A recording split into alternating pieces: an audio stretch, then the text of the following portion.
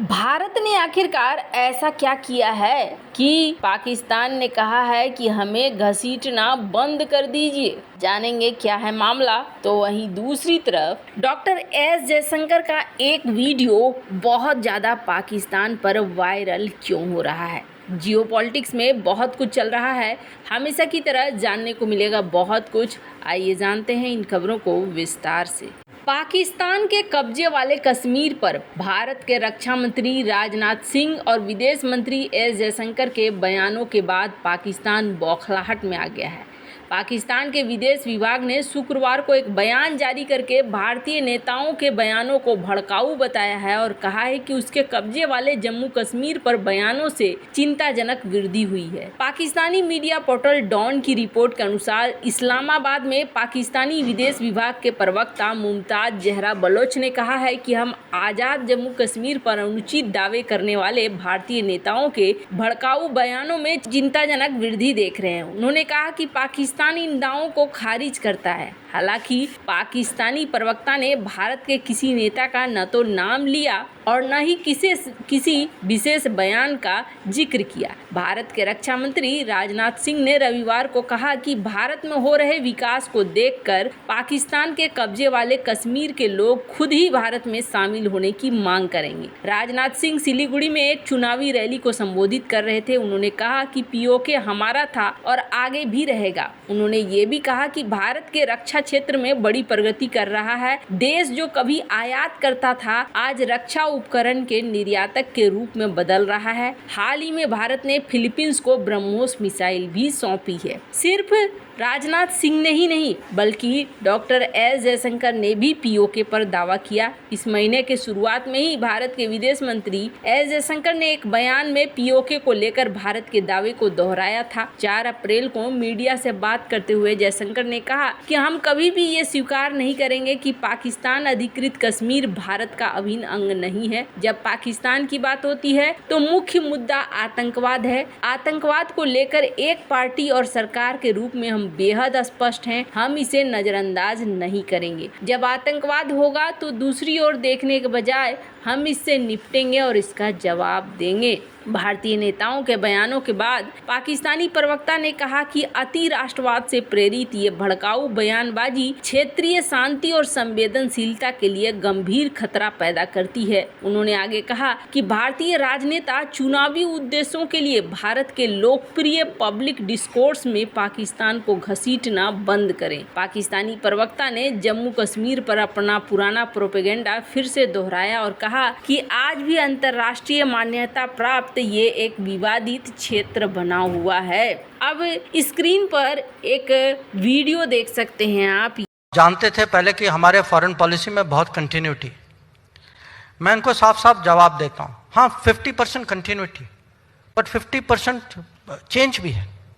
और एक चेंज है मुझे टेररिज्म पर चेंज, कि अगर आप मुंबई के बाद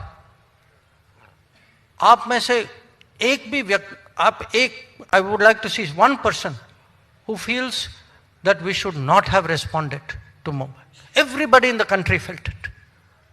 But yet, अगर आप उस समय, इसका एक अकाउंट है, उस समय के बाद में NSA ने लिखा था, उस समय के NSA नहीं, अगले NSA जो UPA के NSA थे, उन्होंने कहा कि this minister looked at it, that minister looked at it, सब लोग मिले, बहुत एनालाइज किया, वो प्लस माइनस देखा, फिर हमने डिसाइड किया that the cost of attacking Pakistan is more than the cost of not attacking Pakistan.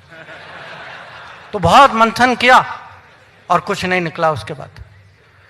So point is something like Mumbai happens and if you do not react to it, how can you prevent the next one? ये video doctor S Jaishankar का है जो बहुत ही ज्यादा viral हो रहा है इस समय, जहां पर डॉक्टर एस जयशंकर ने आतंकवाद को लेकर चीजों को कहना शुरू किया है और इस पर ये माना जा रहा है कि भारत का रुख एकदम से क्लियर है। पाकिस्तान भले इस मुद्दे को ईरान के साथ उठाने की कोशिश करे, सऊदी अरब के साथ उठाने की कोशिश करे, लेकिन भारत यहाँ अपनी दिशा पे चल रहा है। ईरान ने जो कश्मीर मुद्दे को जॉइंट स्टेटमेंट में उठाया, उसका भी जवाब भारत ने ईरान को दिया है और भारत ने ईरान को इस बात के लिए आगाह किया है कि आपकी तरफ से इस तरीके के सवाल उठाए जा रहे हैं। अब जैसा कि मैंने कहा था कि यहाँ पर कुछ चीज़ें ज़रूर है जो चल रही है, वो चीज़ें यहाँ साफ होती हुई अब दिख रही हैं। अब कई तरह के आर्टिकल भी आ रहे हैं। स्क्रीन पर एक आर्टिकल देख सकते हैं जिसमें इस बात को कहा जा रहा है कि ईरान और पाकिस्तान को नज़दीक लाने की कोशिश हो रही है। जाहिर सी बात है, ये नज़दीक लाने की कोशिश कौन कर सकता है? ये नज़दीक लाने की कोशिश की जा रही है किसी तीसरे देश के द्वारा, और यही वजह है कि यहाँ पर अब यहाँ पर आगे कुछ चीज़ें तो ज़रूर है। स्क्रीन पर आप फर्स्ट पोस्ट की रिपोर्ट देख सकते हैं। कहा जा रहा है कि ईरान और पाकिस्तान आपस में इस कदर से मिलना चाहते हैं कि ये कश्मीर में भी समर्थन करने को पीछे नहीं हटना चाहते हैं। कारण क्या है? कारण ये है कि पहली बात तो कहा जा रहा है कि चाइना की तरफ से यहाँ एक पुश मिल रहा है। दूसरी तरफ ये कहा जा रहा है कि पाकिस्तान को सस्ते में चाहिए तेल और गैस, और पाकिस्तान चाहता है कि हर हाल में ईरान के साथ ये समझौता हो जाए, और इसी के तहत ये आपस की दुश्मनी को भुलाकर भी फिलहाल के लिए अपने व्यापार को बढ़ाना चाहते हैं। पर टेंशन इस बात की है